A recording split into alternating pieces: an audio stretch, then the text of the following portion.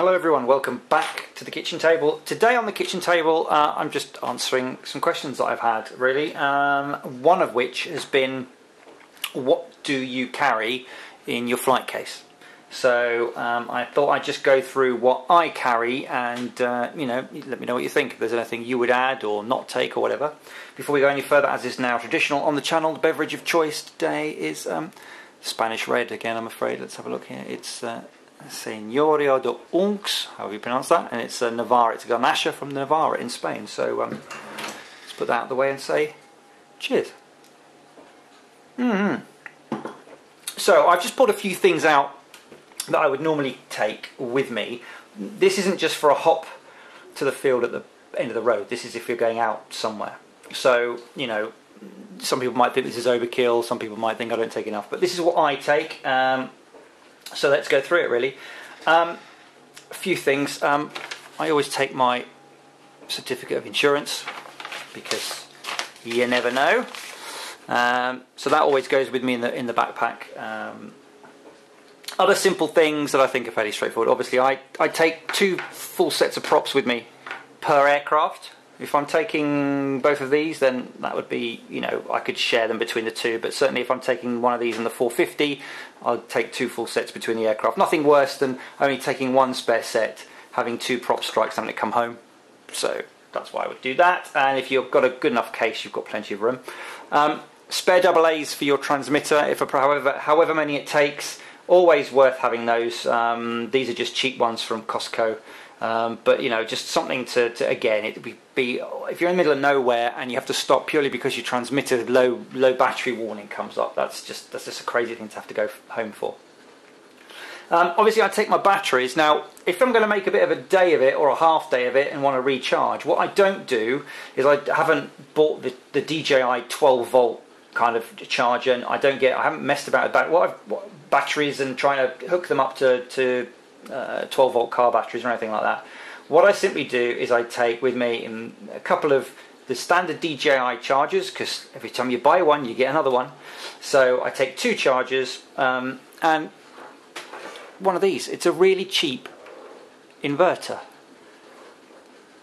12 volt DC in this case 220 volt AC out. Plug the DJI chargers in there. I can have 2 of them running at once. It's no big issue while I'm having a lunch break or whatever, or flying the other one.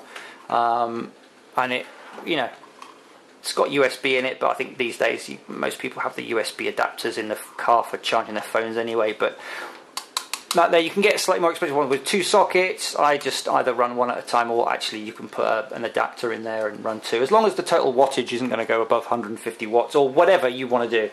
That, I think these are 10 quid or less. I've had this one for years and it's done all sorts of things for us on camping trips, and you know, in the good old days before tablets, when the kids had those little portable DVD players for the journeys, that sort of thing, if it didn't have a 12 volt supply.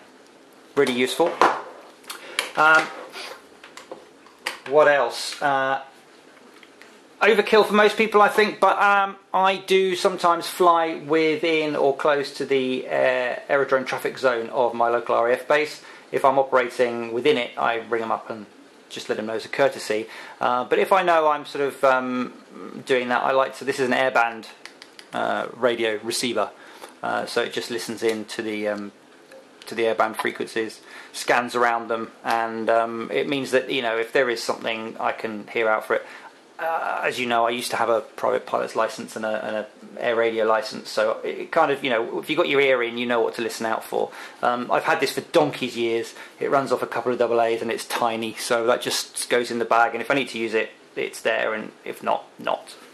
Other things are the anemometer. I've done a review of this, review video of this one again. This was a really cheap one from China, but it does the job if you're concerned about the wind and, you know, you've given yourself a hard limit.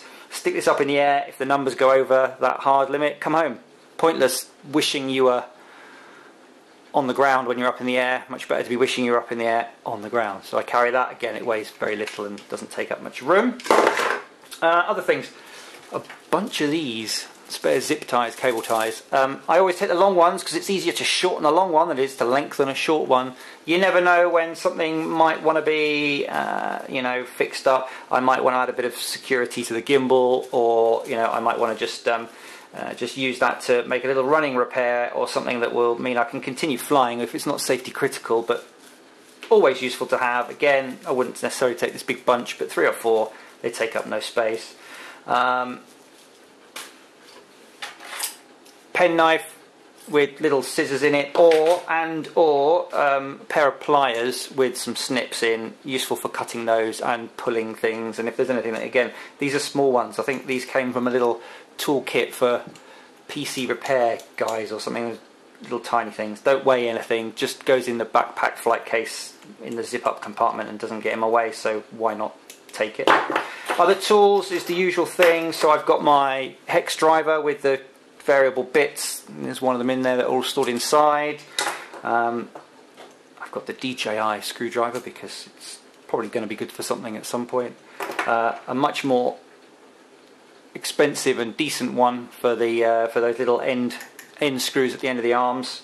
That's a sort of universal. That's got all sorts of various little screwdriver bits that go in there, hex bits, star drives, all sorts of stuff. It's just a little useful thing I've had again for ages, and it just fits in there no problem.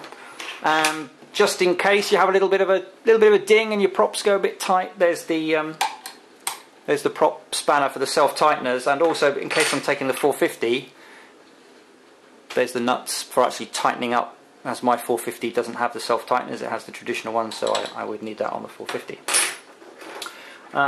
What else do we take? A spare SD card.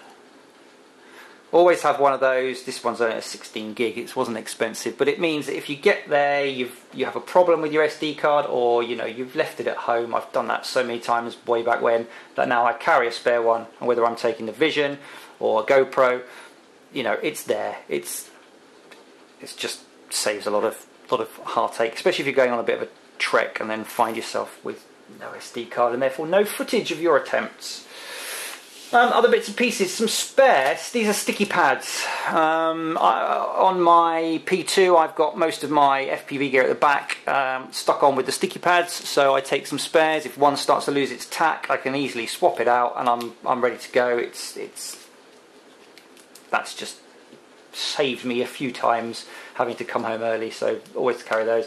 And or whatever you're using to connect things. I have my my Flytrix Live, for example, is using these 3M Command sort of Velcro on steroids picture hanging hook things. So again, a couple of spare ones of those, and if anything starts to work its way loose. Similarly, some sort of, you know, duct tape, electrical tape, gaffer tape, whatever you want to do. Again, if I get a big roll, I can easily cut it down if I just need to re-fasten up something on the leg, or if I've had a non-critical prang that I need to just brace up something. It's there, it doesn't take up any weight, and it's ready to go. The other thing I take is one of these, and I've reviewed this one and I still use it. It gets used for all sorts around the house. It's a USB power supply. This one is a 14,000 milliamp one. It's got two outputs, a 2 amp and a 1 amp, so I can charge the range extender and the phone at the same time, for example. The other thing I carry is a GoPro mini USB, so that again, if there's a problem with that, I've got something that I can use with this to charge the GoPro, and you know, shouldn't be an issue.